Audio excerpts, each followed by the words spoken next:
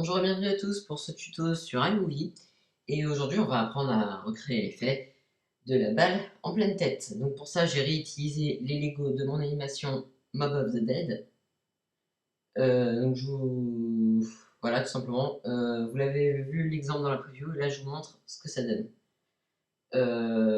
Voilà le film non truqué. Voilà. Normalement, ça se fait avec des acteurs, mais là, j'ai décidé d'utiliser les Lego de mon animation que vous pouvez voir en bas de votre écran si vous cliquez dessus. Mais si vous voulez pas la voir, vous pouvez aussi finir ce tuto. Donc aujourd'hui, on va utiliser ce Bloodburst là, hein, qu'on a repêché comme sur tous les effets sur le site Footage Crate. Vous avez aussi d'autres effets de Bloodburst, hein, c'est celui-là. Alors là, pas vraiment, c'est plus des giclées de sang contre un mur, hein, mais bien sûr, vous pouvez les utiliser comme bon vous semble. Voilà. Donc, alors il y en avait un troisième, je sais plus où il est. J'arrive pas trop à le retrouver en fait. Voilà. Je l'ai peut-être effacé, remarque. En bref. Bon, nous on va utiliser ce Bloodburst là. Donc, vous le prenez à l'endroit où il commence à apparaître, c'est-à-dire ici, voilà. Vous le prenez juste une petite partie, hein, au cas où ça ne rentrera pas. Et au moment où la balle va être tirée dans la tête de notre personnage, vous lâchez dessus et vous mettez image en image. Il est là. Là, vous le replacez, tout simplement sur la vidéo.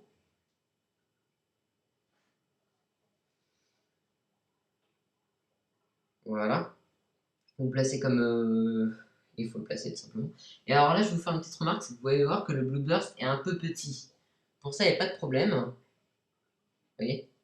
Donc pour ce détail-là, il n'y a pas de problème. Il suffit tout simplement d'aller dans Rognage et Rotation. Là, ici. Et ensuite, vous allez tout simplement aller rogner, comme ceci, votre Blue Burst pour qu'il soit un peu plus grand. Voilà. Et alors là, il a augmenté de volume.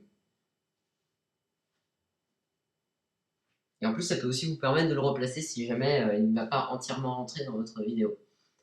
Donc voilà. Donc ensuite, vous pouvez toujours aller dans les ajustements de vidéo pour ajouter un petit effet de vidéo, le bleuté, le contraste, bref, un peu de tout. Et moi aussi, j'ai l'habitude de baisser un peu la saturation. Après, bon, c'est à vous de faire vos petits réglages. Et également le faire sur le Bloodburst. Voilà. Alors le Bloodburst, c'est pas tout à fait les mêmes réglages. Moi, je vous conseille pour le Bloodburst de l'assombrir pour donner un effet de sang un peu plus, enfin, un peu plus sec, plus glauque, plus, bon bref, voilà, de l'assombrir, tout simplement pour qu'il soit, voilà, à peu près comme ça, c'est plutôt pas mal. Donc une fois que vous avez assombri votre sang, que vous avez fait vos réglages vidéo, là votre vidéo sera terminée. Vous pouvez aussi rajouter des bruitages de son pour que ça fasse plus réaliste.